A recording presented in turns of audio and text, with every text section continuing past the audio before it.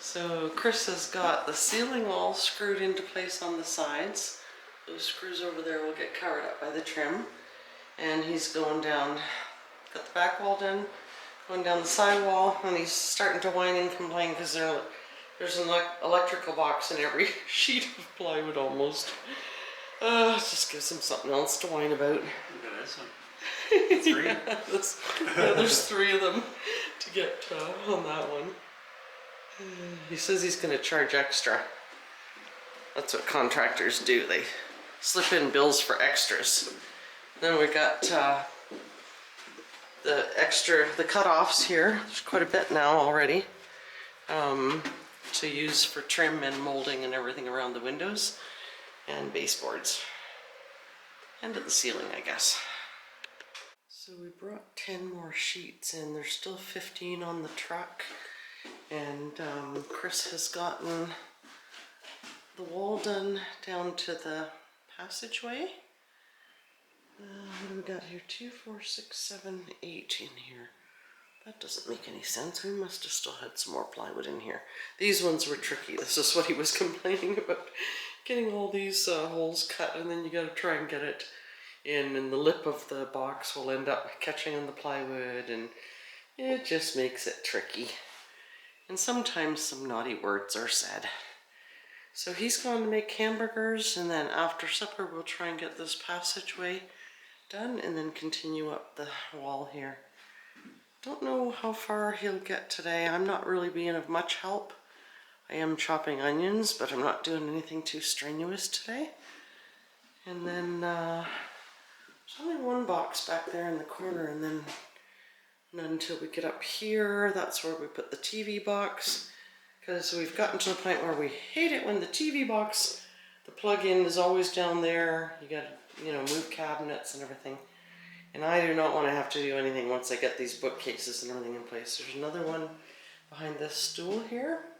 And then there's other ones for the bedrooms, and we still have to build the partition walls.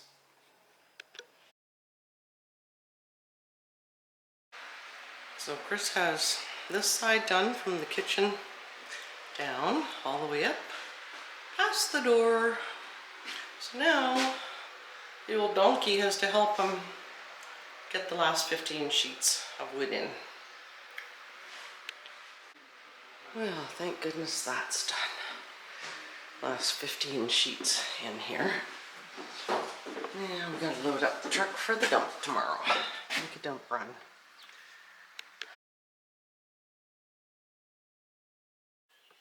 Well, I know the lighting is terrible, but that is all of the wood on the walls and ceiling. Front wall done. So now in the morning we are going to build the partition wall between the bedroom and living room. And then after that we can put the window in.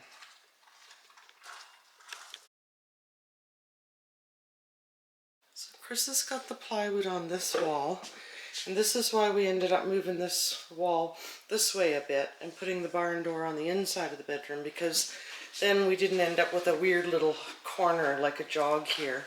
And I have a nice smooth surface here. I can hang one of my pieces of art there, and then on the other side of the door, and the barn door won't. As I was saying before my battery died, I end up with a nicer surface here, no little jog there, and a nicer wide spot on that side. The barn door is going to go inside the bedroom, so we left this wall wider so the barn door is out of the way, and then this smaller wall on this side. This is going to be a really nice clean surface here too. Chris has to shim it because of the steel that he put in there to support the door frame, but this will be shimmed a little bit to make it a nice flat surface, and then trim on the corners, and then it'll make this really clean and smooth like this side. So once he gets this last piece of plywood on, the next step is to fill all these holes. And he's gonna put a tiny bead of caulking in the V-groove, paintable caulking of course, because they're not perfect. It's pretty impossible to get that perfect. And once the holes are filled and sanded, ready to paint. Now you can see some of the gaps up here. A friend, we were gonna Chris was gonna make some trim, but a friend gave us some really nice wood trim that we're gonna put all the way around the ceiling. I think it's too thick to use as baseboard, but we'll wait and see. Oh yeah, there you go. See how it's nice and flat on the top? And then it'll be a nice surface to cut in. So he'll put that up first, prime the whole thing, and then we'll be doing ceiling paint on the top and a green that I had decided on for the walls.